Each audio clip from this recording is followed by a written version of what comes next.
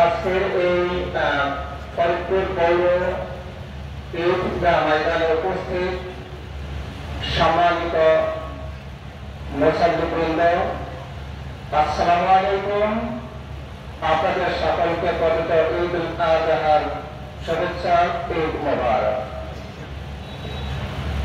আজ ঈদ উল আজহার দিন আমরা সাধারণভাবে বলে থাকি কুরবানি ঈদ। আমরা জানি কুরবানি মানে ত্যাগ। আমরা এই ঈদকে শুধু পশুর গোশ খাওয়াতে যদি আমরা কোরবানি মনে করি আমাদের ভুল হবে।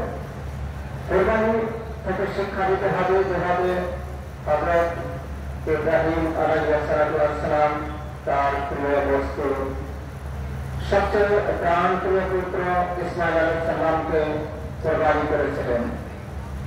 অর্থাৎ আমাদের ব্যক্তি স্বার্থ, সামাজিক স্বার্থ, পারিবারিক স্বার্থ সব কিছুর ঊর্ধ্বে আমাদের দেখতে হবে সকলের স্বার্থ, দেশের স্বার্থ, রাষ্ট্রের স্বার্থ।